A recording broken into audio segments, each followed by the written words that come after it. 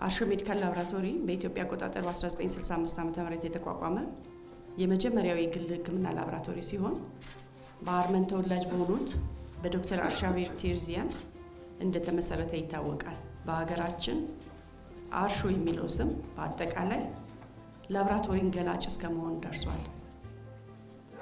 በአሁኑ ሰዓት በአዲስ አበባ ከተማ 9 ቅርንጫፎች ከፍቶ ለህብረተሰቡ፣ ለሆስፒታሎች፣ ለክሊኒኮች፣ ለጤና ተቋማትና ለግለሰቦች ተደራሽነቱን በማሳደግ ላይ የሚገኘው አርሾ ላቦራቶሪ ዛሬ እዚህ የምንገኝበትን 4 ኪሎ ባሻ ወልዴ ችሎት አካባቢ በሊዝ በገዛው ቦታ ደረጃውን የጠበቀ ባለ 6 ወለል ህንፃ ገንብቶ ሪፈራል ላቦራቶሪ በማደራጀት ላይ ሲሆን በዘመናዊ ምርመራ መሳሪያዎች የሚጠናከረው ይህ ህንፃ በአሁኑ ወቅት ከሌሎች አገልግሎቶች በተጓዳኝ የኮቪድ-19 የላቦራቶሪ ምርመራ አገልግሎት እየሰጠ መሆኑን ለመግለጽ እንወዳለን።